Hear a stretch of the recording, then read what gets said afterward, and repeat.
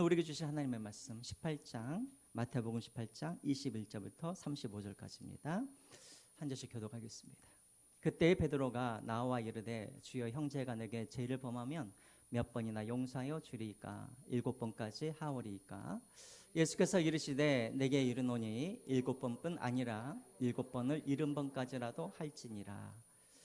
그러므로 천국은 그 종들과 결산하려 하던 어떤 임금과 같으니 결산할 때에 10,000달란트 빚진 자 하나를 데려오매 갚을 것이 없는지라 주인이 명하여 그 몸과 아내와 자식들과 모든 소유를 다 팔아 갚게 하라 하니 그 종이 엎드려 절하며 이르되 내게 참으소서 다 갚으리다 하거늘 그 종의 주인이 불쌍히 여겨 놓아 보내며 그 빚을 탕감하여 주었더니 그 종이 나가서 자기에게 100다네론 빚진 동료 한 사람을 만나 붙들어 이르되 빚을 갚으라 하매 그 동료가 엎드려 간구하여 이르되 나에게 참아 주소서 갚으리이다 하되 허락하지 아니하고 이에 가서 그가 빚을 갚도록 옥에 가두거늘 그 동료들이 그것을 보고 몹시 딱하게 여겨 주인에게 가서 그 일을 다 알리니 이에 주인이 그를 불러다가 말하되 악한 종아 내가 빌기에 내가 내 빚을 전부 탕감하여 주었거늘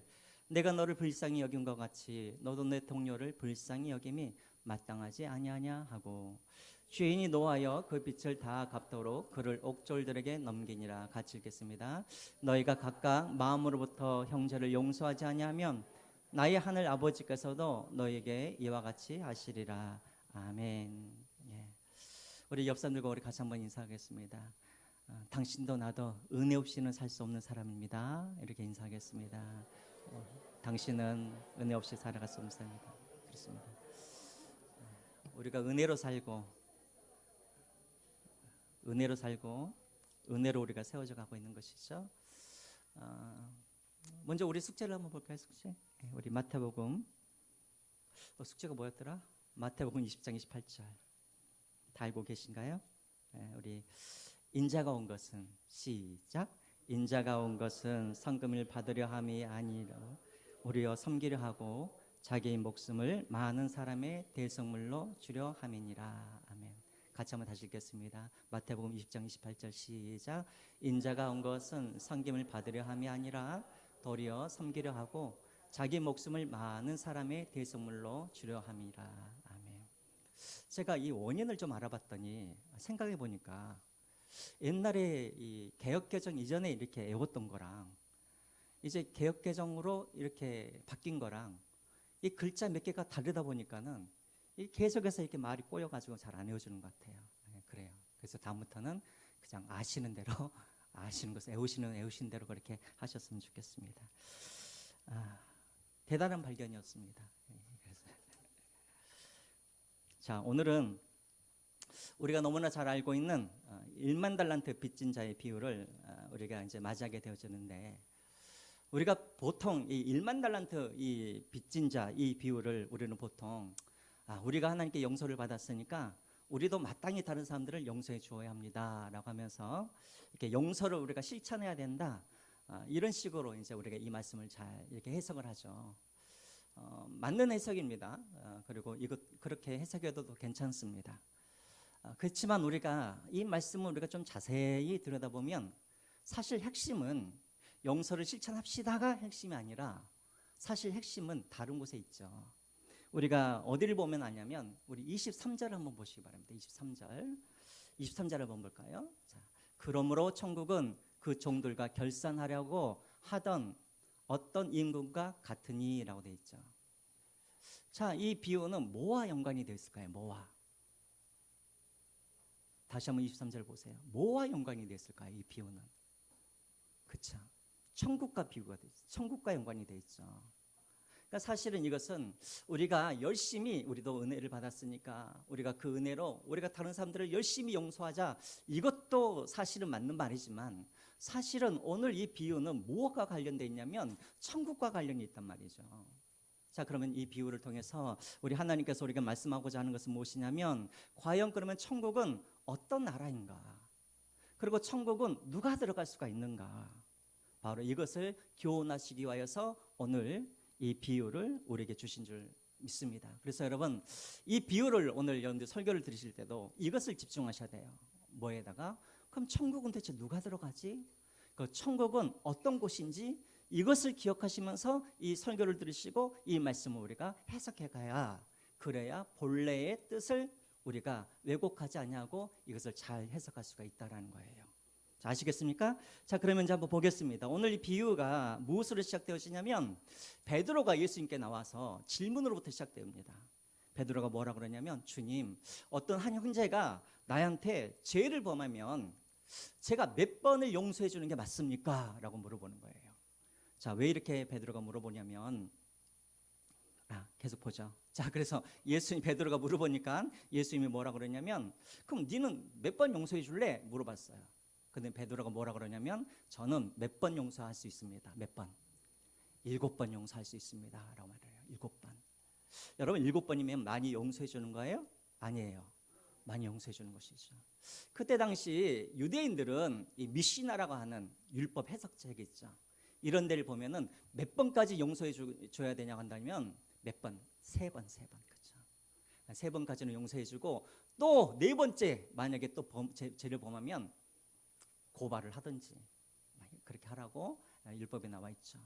그러니까 베드로는 자기가 생각하기에 율법에서 3번이면 내가 7번이라고 말을 하면은 이 정도는 뭐 이렇게 예수님의 제자로서 좀 자격이 있지 않을까?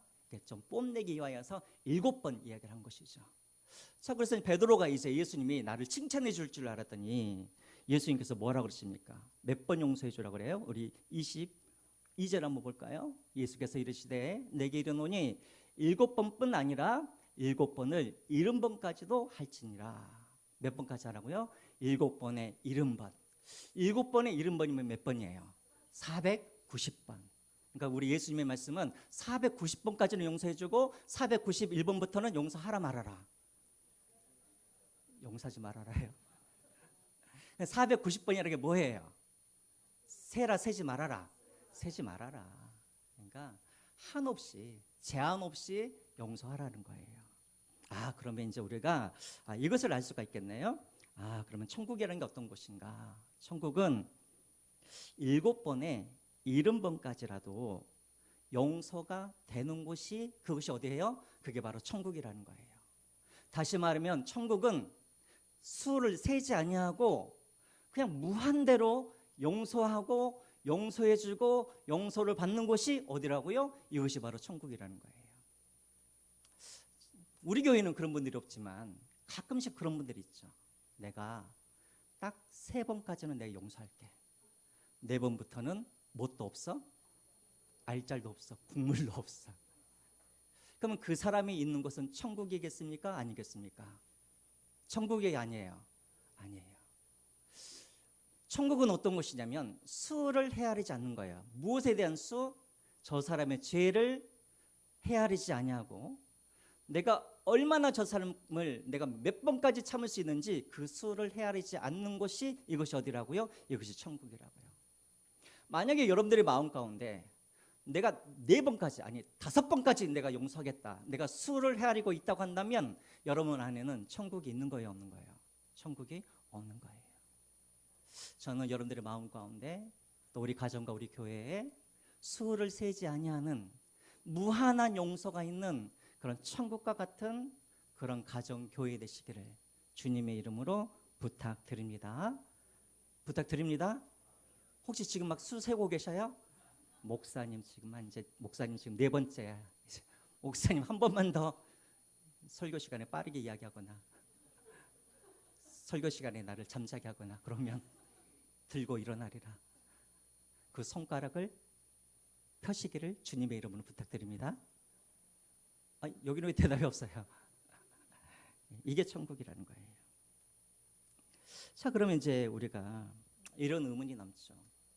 목사님, 우리가 어떻게 7번에 70번을 우리가 어떻게 용서할 수가 있습니까? 그래서 예수님이 뭘 말씀하시는 거예요? 비유로 말씀하고 계시는 거예요.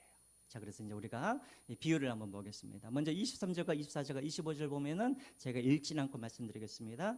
어느 날 임금이 이제 한 해를 마무리하기 위해서 이제 결산을 합니다. 이제 종들과 결산을 하는데 결산을 하려고 딱 보니까는 돈이 비어요.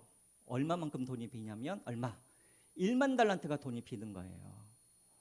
여러분 1만 달란트가 얼마냐면 1만 달란트는 이번에 그 최태원 회장이 이혼하고 나서 부인에게 얼마를 줬죠? 거의 1조를 줬죠. 거기에다가 6배를 곱하면은 1만 달란트예요. 그 얼마예요?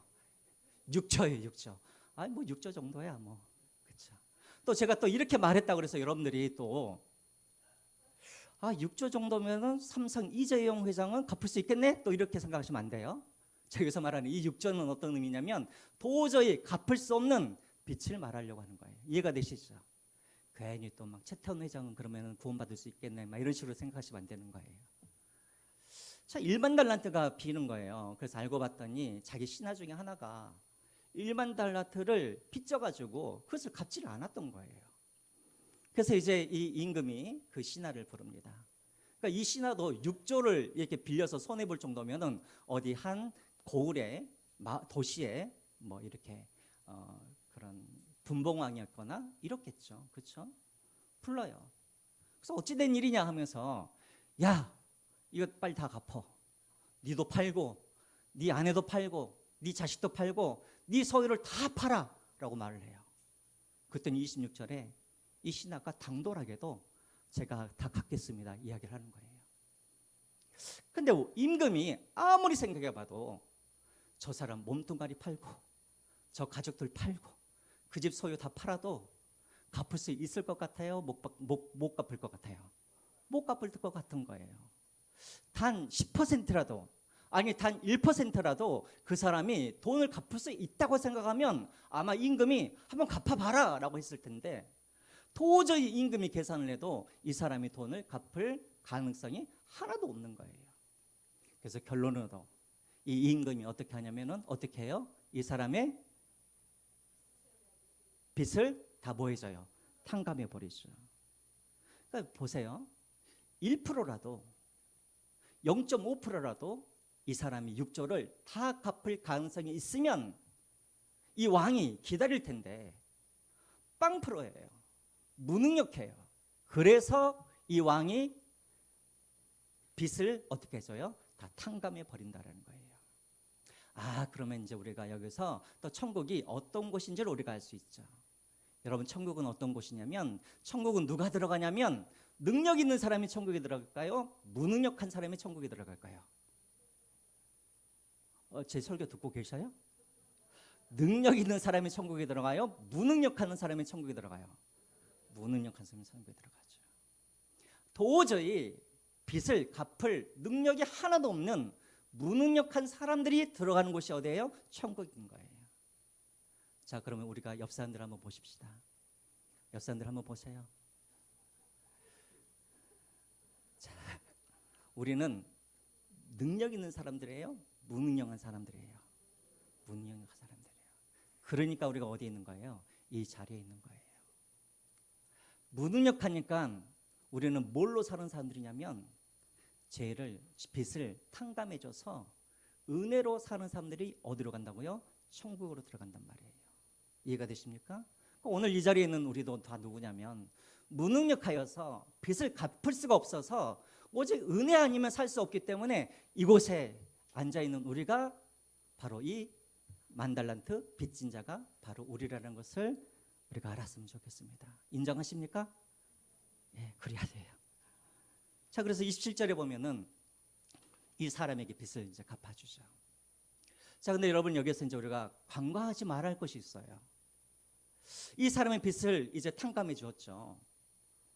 그러면 이 사람은 자유를 얻게 되어지는데 자유를 공짜로 얻었어요. 맞아요, 틀려요? 맞죠. 근데 공짜로 자유를 얻긴 하였지만 그러나 이 임금은 공짜로 그 사람을 자유케 해준 거예요? 아니면 이 임금이 거기 몇 달란트죠? 만 달란트. 한바트면 10만 달란트라고 했어요. 1만 달란트. 그 이 1만 달란트는 어떻게 할 거예요? 누가 메꿔야 돼 이것을? 그렇죠. 임금 자신이 이것을 메꿔야 되죠. 그러니까 우리가 이 빚진 자는 공짜로 자유를 얻었지만 사실 임금은 이 사람에게 자유를 주기 위하여서 이 임금은 얼마를 희생하게 되었냐면 1만 달란트를 희생해야 된다는 거예요. 이걸 누가 메꿔야 되냐면 누가 메꿔야 되는 거예요. 임금 자신이 이것을 메꿔야 하는 것이죠. 자, 그러면 왜 임금이 이렇게까지 자기가 희생하면서까지 이 사람의 빚을 그렇게 탕감해 주는가? 27절에 그 이유가 나와 있죠. 27절 한번 볼까요? 그 종의 주인이 뭐하여서 불쌍히 여겨서. 그 사람이 무슨 자격이 있어서가 아니라 또 그 사람이 무슨 약속을 해서가 아니라 무슨 담보물을 맡겨서가 아니라 그를 자유케 한 이유가 무엇이냐면 그를 뭐하여서 불쌍히 여겨서. 헬라어 언어로 보면은 여기서 불쌍하다는 이 단어가 어떤 단어냐면 창자가 끊어질 정도의 고통을 말하는 거예요. 그러니까 아마도 이 왕은 이 신하를 너무나 사랑했던 것 같아요. 그래서 이 신하가 막 괴로워하고 힘들어하니까 그 모습을 보면서 내 창자가 끊어지는 그런 고통을 당하게 된 것이죠. 그래서 그를 불쌍히 여겨서 다 해줬다는 거예요. 자유를 줬다라는 거예요. 자, 근데 이제 문제는 이제 그 다음에 일어납니다. 이제 28절부터 보시면은 28절에 보시면은 이제 이 사람이 빚을 탕감받아서 자유를 얻어서 이제 집으로 이제 이렇게 돌아갑니다. 얼마나 신났겠어요. 근데 28절에 보면은 집으로 가는 도중에 누구를 만나게 되어지냐면 옛날에 자기한테 돈을 꿔서 갚지 않았던 사람을 만나게 된 거예요. 그 사람이 얼마의 빚을 있었냐면 얼마? 28절 한번 보여주실래요? 100달란트, 아니 100달란트, 100데나리온. 100데나리온이면 여러분 얼마를 말하겠습니까? 1000만 원 정도죠, 그렇죠? 100데나리온이라는 말은 한 데나리온은 하루 일당을 말하는 거잖아요. 하루 일당이 10만 원이면 100일이면 1000만 원이죠. 그러니까 1000만 원을 나한테 빚진 사람인데 딱 걸린 거예요. 그래서 28절을 보시면은 이 사람이 그 사람의 목을 지었다고 그랬어요. 목을 진다라는 말은 무슨 말이냐면 멱살을 잡았단 말이에요. 멱살을 잡고 듣지도 않고 이 사람을 어디로 끌고 가냐면 관청으로 끌고 가가지고 그 사람을 어디에다 집어넣어 버렸어요? 감옥에다 집어넣어 버렸어요. 그 사람이 애원합니다. 나를 풀어주시면 내가 반드시 이 1000만 원 반드시 갚을 테니까 제발 좀 나를 풀어달라고. 근데 이 사람이 얼마나 인색한 사람인지 아니 네가 먼저 갚으면 내가 풀어줄게 라고 하면서 감옥에 그 사람을 넣어버리죠. 근데 그것을 보고 있던 사람들이 너무나 짠하니까 임금에게 이것을 고발을 합니다. 그래서 여러분 33절부터 한번 보시기 바랍니다. 임금이 그 이야기를 듣고 너무나 그 사람이 괘씸해가지고 어떻게 해요? 그 1만 달란트 빚진 자를 임금이 잡아오게 해가지고 그를 어디에다가? 그를 감옥에다가 집어넣어버리죠. 그래서 뭐라 그럽니까? 네가 너를 불쌍히 여김과 같이 너도 내 동료를 불쌍히 여김이 마땅하지 아니하냐. 자, 여러분 이제 저를 한번 보세요. 아니 내가 돈을 빌려주는 사람이 돈을 받자고 하는데 이게 뭐 문제가 됩니까? 문제가 돼요? 아니 내가 1000만 원 빌려줬으니까 1000만 원 달라고 하는 게 이게 무슨 문제가 되는 일이에요? 근데 왜 임금은 그 사람에게 잡아와가지고 이 괘씸한 놈 하면서 그를 감옥에다가 쳐 넣어버렸냔 말이에요. 왜 그랬을까요?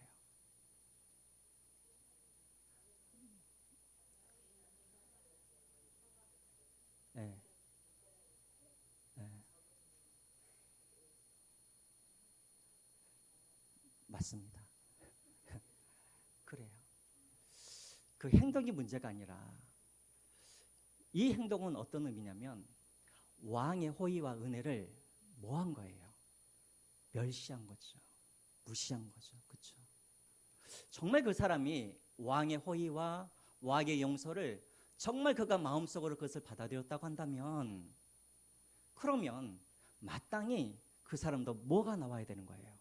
은혜의 행동이 나와야 되는 것이죠. 근데 그 사람이 용서하지 않았다라는 그 말은 무슨 말이냐면 이 왕의 그 호의를 그가 진심으로 받아들인 거예요? 안 받아들인 거예요? 안 받아들인 거예요. 그러니까 이 왕이 나의 호의를 무시하고 나의 호의를 거절한 그 사람을 어떻게 감옥에 넣어 버린 것이죠. 자, 여러분 여기서 이제 이야기가 끝이 나게 되어집니다. 자, 그러면 여러분들에게 이제 묻습니다. 여기서 1만 달란트 빚진 자, 이 사람은 누구를 상징할까요? 누구를 상징해요? 바로 우리를 상징하죠. 그러면 여기서 왜 죄인이라고 하면 될 텐데 왜 빚이라는 그런 비유를 사용했을까요? 왜 죄를 빚이라는 개념으로 그렇게 사용을 했을까요? 그래서 우리가 성경에 보면은 이상하게 빚에 관련된 그런 비유들이 많이 나오죠. 돈에 관련된 그 비유들이. 여러분 제가 여러분들이 말씀 노트에다 적어놨는데 제가 이거 여러 번 여러분들에게 설명을 했어요. 우리가 죄라는 그런 단어들이 여러 가지가 있는데 그 중에 어떤 단어는 죄라는 의미도 있지만 어떤 의미도 갖고 있냐면은 빚, 채무 이런 의미를 가지고 있어요. 특별히 이제 여러분들이 말씀 노트에 보면 알겠지만 앞에 나와 있네요. 헬라어로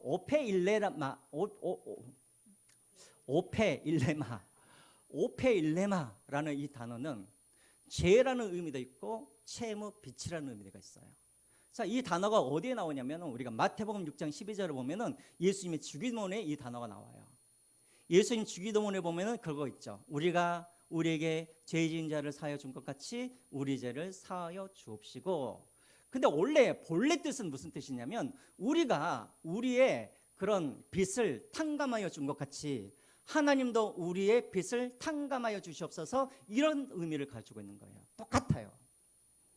그러니까 유대인들의 개념에 있어서는 또 하나님께서 주신 이 죄라는 개념은 어떤 개념이냐면 빚의 개념과 똑같다라는 거예요.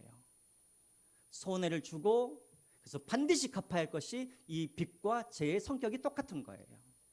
그래서 여러분 우리가 죄와 관련하여서 우리가 빚과 관련된 돈과 관련된 그런 단어를 많이 사용을 합니다.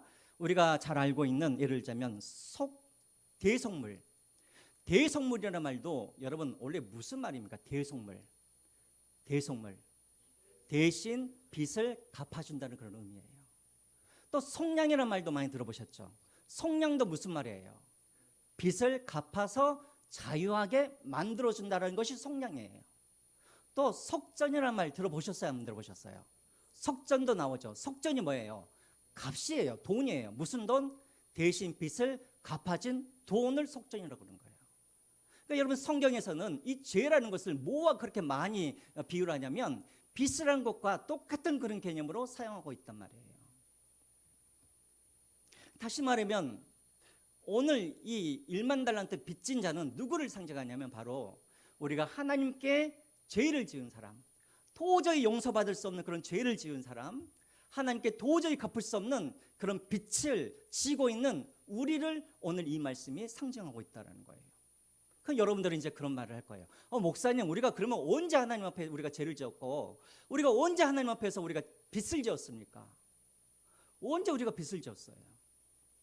자, 이 개념을 잘 이해하려고 그러면 우리 한번 볼까요? 우리 효노. 자, 보자. 자, 서정근 집사님이 지금 이제 기업을 갖고 있잖아요. 그래서 이제 서정근 집사님이 이 기업을 이제 매출이 이제 100억 정도 돼요. 예를 들어서 진짜는 아니에요. 예를 들어서 우리 서정근 집사님의 매출이 100억이에요. 근데 은수한테 이것을 넘겨주려고 그랬더니 은수가 나는 그거 안 받는다고 막 그러는 거예요. 서정근 집사님은 얼마나 이것이 아까워요. 100억 내가 노력을 해가지고 내가 키운 기업인데.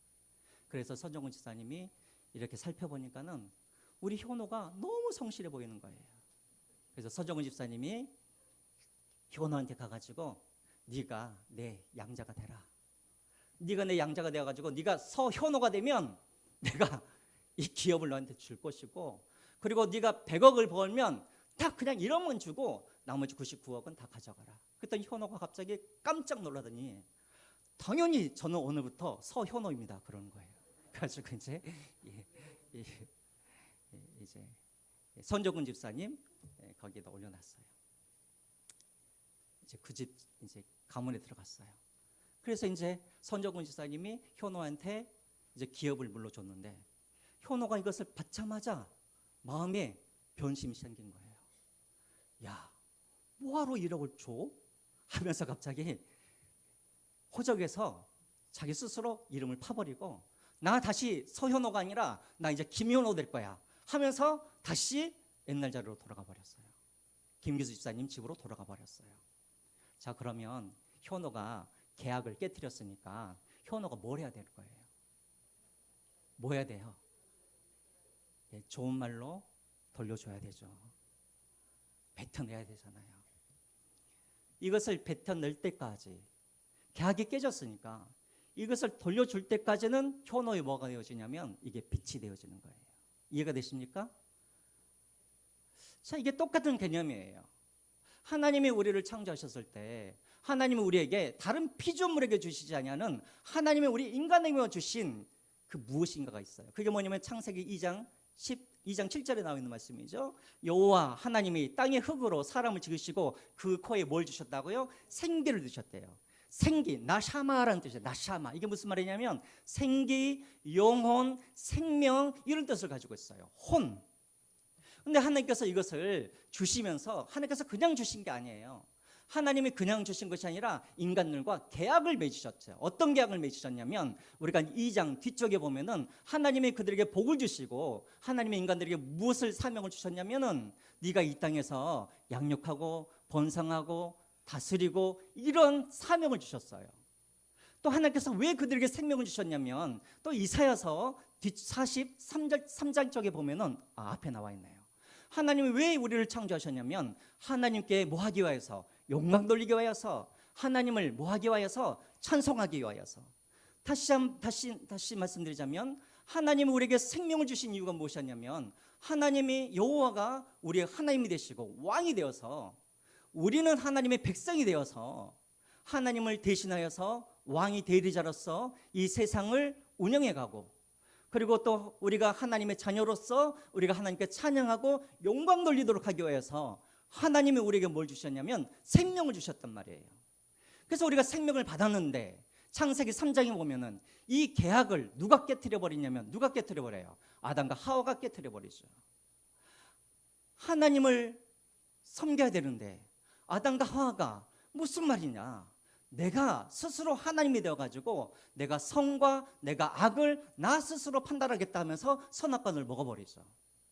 또 왕이신 하나님의 말씀에 그들이 불순종하고 그리고 우리가 로마서에 보면은 마땅히 하나님께 영광 돌려야 되고 하나님을 찬양해야 되는데 로마서 1장에 뭐라고 되어 있습니까? 사람들이 마땅히 그래 하는 줄 알면서도 불구하고 자기에게 피조물에게 영광 돌리고 찬송 돌리고 하나님과의 관계를 깨트려 버린 것이죠. 자, 여기까지 이해가 되십니까? 하나님과 언약이 깨트려 버렸어요. 더 이상 나는 하나님의 아들이 안 되겠습니다. 나는 더 이상 하나님의 백성이 안 되겠습니다. 그러면 언약이 깨트려졌으면 인간이 이제 뭐 해야 되는 거예요?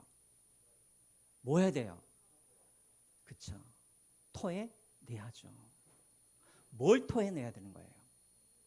나샤마 뭐예요? 생명을 토해내야 되는 거예요. 이 생명이 바로 1만 달란트예요. 뭐예요? 아무리 해도 갚을 수 없는 가장 가치한 것, 이 생명이에요.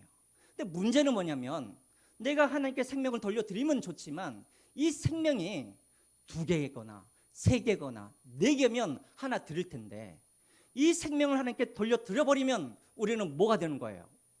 죽게 되는 거예요. 죽게 되는 거예요. 그래서 우리가 살아서는 이 생명을 하나님께 돌려드릴 수 있어요, 없어요? 못 드려드리는 거예요. 이게 바로 무능하다라는 거예요. 이게 바로 갚을 수 없다라는 거예요.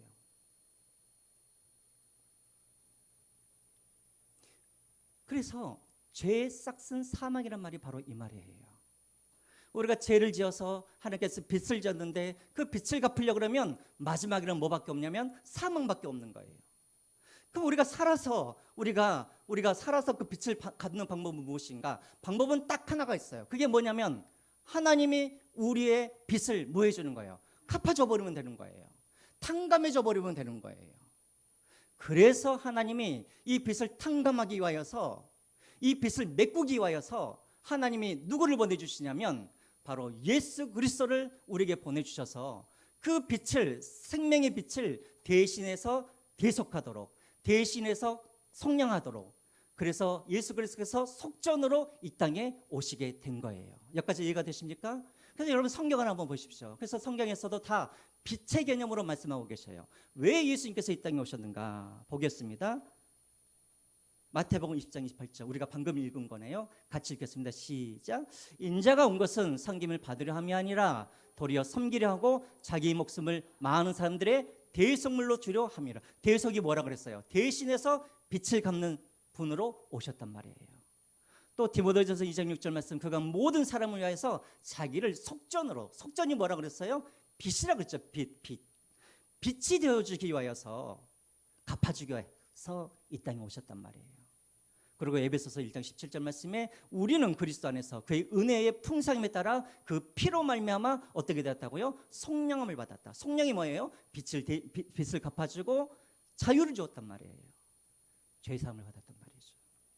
한마디로 예수님께서 이 땅에 오신 이유가 무엇이냐면 우리를 대신해서 빛을 갚아주시기 위해서 우리에게 오신 거라는 거예요. 자, 그럼 이제 저를 한번 보겠습니다.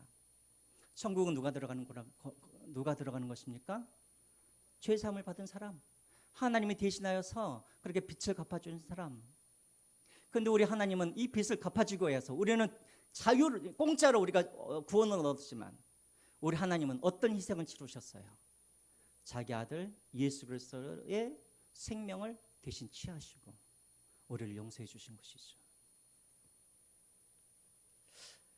이것을 믿는 것이 믿음인 거예요. 우리는 믿음을 대단히 어렵게 생각하는데 믿음은 다른 게 아니에요. 믿음은 뭐냐면 내가 도저히 하나님 앞에 갚을 수 없는 그런 빚을 지었다는 것을 믿는 것이 믿음인 거예요.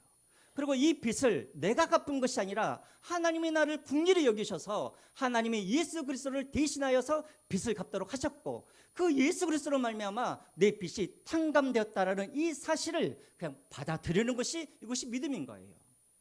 이것을 받아들이시기를 주님의 이름으로 부탁드립니다. 이것이 믿음인 거예요. 막 믿음하면 여러분들이 내가 지금 믿음이 있는가 없는가 막 힘들어하시는데 아니에요. 그냥 받아들이시면 된다는 거예요. 나의 무능함을 받아들이시고 그래서 예수님께서 무능하기 때문에 나를 위해서 빚을 탕감해 주셨다는 것을 믿으면 되는 거예요. 자, 근데 여기서 이제 중요한 게 있어요. 믿었으면 진짜 내가 믿었으면 거기에 대한 증거가 있어야 되는 거예요. 증거가. 그 증거가 뭘까요? 그 증거가 뭐예요? 오늘 말씀에 나와 있는 것처럼 용서해 주는 것이 증거인 거예요. 그러니까 여러분 우리가 이 말씀을 우리가 해석하면서 하나님께서 나를 용서해 주시고 그리고 나도 다른 사람을 용서해야 천국에 들어간다고 하면은 이 용서가 조건이 되어지는데 사실은 조건이 아니라 오늘 여기서 말씀하신 거 뭐냐면 네가 정말 용서를 받았느냐? 그러면 너에게는 그런 증거가 필요한데 열매가 필요한데 그 열매는 다른 것이 아니라 어떤 열매? 용서를 해주는 열매가 있어야 된다는 거예요. 왜? 내가 하나님의 은혜를 받았으면 그리고 내가 하나님으로부터 그런 놀라운 그런 은혜를 내가 경험했으면 내 안에 당연히 나타나는 열매가 뭐냐면 다른 사람들을 용서하게 되어진다는 거예요. 이게 이제 그것과 관련되어 있는 거예요. 어떻게 하면 우리가 7의 70번을 용서할 수가 있는가? 이 하나님의 용서를 받아들이는 사람, 이 하나님의 놀라우신 그 은혜를 깨닫는 사람, 이런 사람들은 다른 사람들의 죄가 보일까요? 안 보일까요? 안 보이는 거예요. 안 보이는 거예요. 내 눈에 십자가만 보이고 내 눈에 나를 긍휼히 여겨주시는 그 하나님의 용서가 내 눈에 보이면 그 하나님께 집중하게 되어지면 내 눈은 다른 사람들이 나에게 나한테 무엇을 하든지 그것이 보이질 않는 거예요.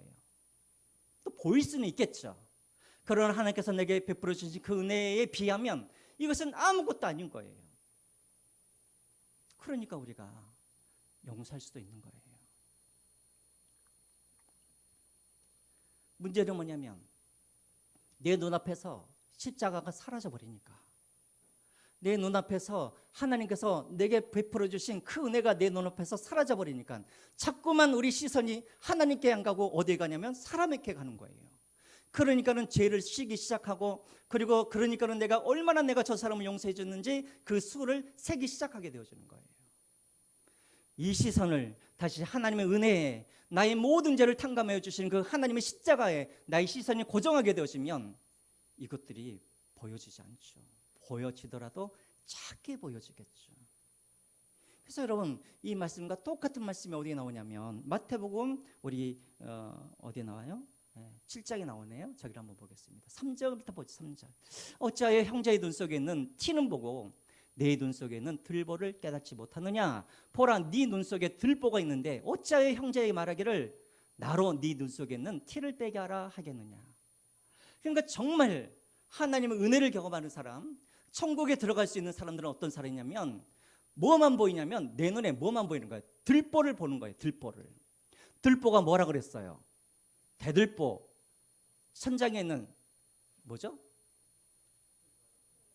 석가래라고 그러나요? 석가래. 이게 내 눈에 들어가 있으니까 천국에 들어가는 사람들은 그게 내 눈에 들어가 있는 거예요. 그것밖에 안 보이는 거예요. 내 눈에 대들보가 있으니까 다른 사람들께 보여요, 안 보여요? 안 보이는 거예요. 안 보이는 거예요. 그러니까 안 보이니까 7번에 70번 셀 필요도 없는 거예요. 왜? 내 죄만 보이거든요. 내 죄가 대들보처럼 보여지는데 어떻게 다른 사람들의 티끌이 보일 수가 있겠어요? 그렇죠? 이 말씀이 바로 이 말씀과 그렇게 통하는 거예요. 사랑하는 성도 여러분, 70번에 7번에 70번에 용서가 있는 것이 그것이 천국입니다. 천국은 절대로 죄를 세는 것도 아니고 그리고 용서를 세는 것이 아니라 무한대로 용서하고 용서를 받고 이런 것이 천국입니다. 그런 천국이 저와 여러분들의 가정이 되시기를 주님의 이름으로 부탁드립니다. 자, 여기서 조금만 한번 좀 더 가겠습니다. 오늘 이 비유에 용서와 관련하여서 우리가 몇 가지 교훈이 조금만 더 있습니다. 자, 먼저 보시면은 첫 번째로는 우리가 기억해야 할 것, 우리 스스로 감옥에 들어가지 말라는 거예요. 다시 한번, 우리 스스로 감옥에 갇히지 말라는 거예요. 자, 저를 한번 보겠습니다. 자, 오늘 비유를 다 이해하고 계시죠?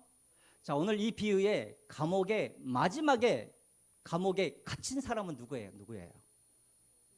20,000달란트 빚진 자가 감옥에 갇히죠. 왜 감옥에 갇혔어요? 결국은 용서하지 않으니까 감옥에 갇힌 거잖아요. 여러분, 이것이 우리에게 주시는 교훈이 있죠. 우리도 보면 우리 주변에 그런 사람들 참 많아요. 말만 하면 나한테 상처를 주고 무슨 행동을 하면 나를 시험 들게 하는 그런 사람들, 도저히 용서할 수가 없죠. 그래서 내가 그 사람을 용서하지 않겠다라고 결심하는 그 순간 우리는 어떤 마음을 갖냐면 내가 평생 저 사람을 내가 용서하지 않겠다, 내가 평생 저 사람이 괴롭도록 내가 절대로 놓아주지 않겠다라고 말을 하는데, 결국은 감옥에 갇혀있는 사람은 누구냐면 그 사람이 감옥에 갇히는 것이 아니라 누가 감옥에 갇히는 거예요? 내가 감옥에 갇히는 거예요. 내가 그 사람을 용서하지 않으면 그 사람은 내가 용서하지 않아서 그 사람이 괴로움을 당할 것 같은데, 사실은 잠 못 자고 분노하고 괴로워하는 사람은 누구냐면 내가 괴로워하고 내가 분노하는 거예요. 그래서 여러분, 용서하지 않는 사람이 사실은 감옥에 갇히는 거예요. 오늘 본문의 말씀처럼. 그러려면 여러분, 감옥에서 풀려나려고 그러면, 분노의 감옥, 원망의 감옥, 그런 감옥에서 풀려나려고 하려면 내가 무엇을 해야 되냐면 내가 그것을 놔버리면 되는 거예요. 용서해버리면 그 감옥에서 내가 나오는 거예요. 오늘 여기에 계신 여러분 중에 내가 저 사람은 절대로 내게 용서할 수 없다 하는 그 순간 여러분 스스로가 감옥에 갇혀있다는 것을 기억하시고 그 멱살을 놓으시기 바랍니다. 그러면 여러분들도 자유하시고 그 사람도 자유하게 될 것입니다. 두 번째로 우리가 기억해야 할 것이 있습니다. 오늘 이 본문에 보면은 우리가 보통 이런 말을 많이 해요. 목사님, 저 사람이 나한테 용서를 구하지도 않는데 내가 먼저 어떻게 용서를 해줍니까? 근데 여러분, 오늘 본문을 잘 보시면은 임금이 이 신하를 불러가지고 네 돈 갚아라고 했을 때 그 신하가 뭐라고 그러냐면 26절에 내가 갚겠습니다고 말을 해요. 이 사람이 이 왕에게 제발 좀 탕감해달라고, 제발 좀 없는 것으로 해달라고 그렇게 부탁하지도 않았는데 누가 용서를 해주냐면 누가? 임금이 먼저 불쌍히 여겨서 임금이 먼저 그 사람에게 용서를 해줬단 말이에요. 구하지도 않았는데. 우리도 마찬가지입니다. 우리 하나님이 우리 예수님을 언제 우리에게 보내주셨냐면 로마서 5장에 나와 있는 것처럼 아직 우리가 뭐 할 때? 연약할 때, 우리가 아직 뭐 할 때? 죄인 되었을 때, 우리가 아직 뭐 했을 때? 하나님과 원수 되었을 때 우리 예수님은 이미 우리를 용서할 준비를 다 하셨단 말이에요. 우리가 하나님께 언제 회개를 했습니까? 아니요. 하나님은 먼저 우리를 찾아와가지고 우리를 용서해 주셨잖아요. 그러니까 여러분, 저 사람이 먼저 용서를 구해야지. 내가 어떻게 합니까? 마음으로 용서하십시오. 그래야지 내가 감옥에서 풀려날 수가 있는 것입니다. 마지막 세 번째로, 왜 우리가 다른 사람들을 그렇게 판단하고 심판하려고 그러냐면 결국은 내가 뭐 하려고 그러냐면 임금이 되려고 하니까 그래요. 임금이 되려고 하니까. 오늘 이 본문을 보세요. 오늘 이 본문에 보면은 결국은 심판하는 사람은 누구냐면 임금이에요. 임금. 왜 우리가 자꾸만 다른 사람들을 우리가 죄를 지적하고 왜 다른 사람들을 우리가 심판하려고 그러냐면 자꾸만 그러냐면 내가 그 사람의 왕이 되려고 하니까, 하나님이 되려고 하니까, 그러니까 우리가 그 사람들을 내 손으로 심판하려고 하는 거예요. 그러면은 용서가 안 되는 거예요. 그 대표적인 예가 무엇이냐면 우리 이 창세기 50장을 한번 보세요. 50장에 보면은 이 요셉의 형들이 이 요셉 앞에 나와가지고 막 덜덜덜 떨죠. 자기들이 요셉에게 한 일이 있어가지고, 그래서 그들이 요셉 앞에서 막 벌벌 떨고 있었을 때 요셉이 형들에게 뭐라고 그러냐면 이렇게 말을 하죠. 창세기 50장 19절 말씀. 요셉이 그들에게 이르되 두려워하지 마소서, 내가 뭐라고요? 하나님을 대신하리까. 이 말이 무슨 말이에요? 내가 하나님이 아니니까 나는 당신에게 뭐 용서해주고 말 것이 없다라는 거예요. 왜 우리가 자꾸만 우리가 가정을 지옥으로 만들고 교회를 왜 지옥으로 만들려고 그러냐면 내가 하나님을 대신하려고 그러니까.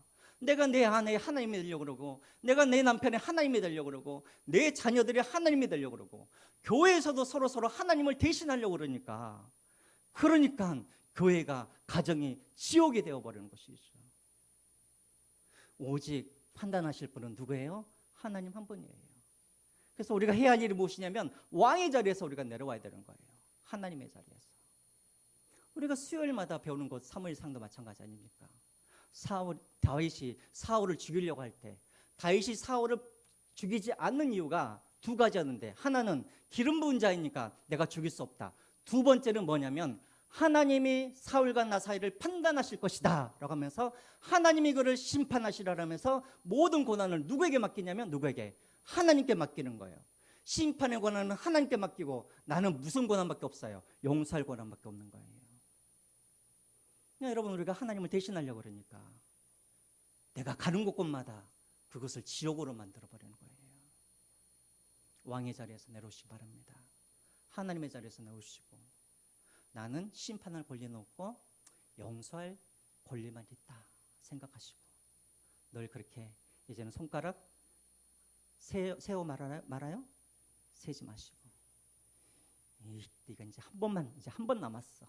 이런 분들이 계신다면 포기하시고 여러분들의 마음을 천국으로 만드시고 여러분들의 가정을 천국으로 만들어 가시기를 주님의 이름으로 부탁드립니다. 우리 찬양하시면서 준비하신 힘을 하나님만 벌려드립니다.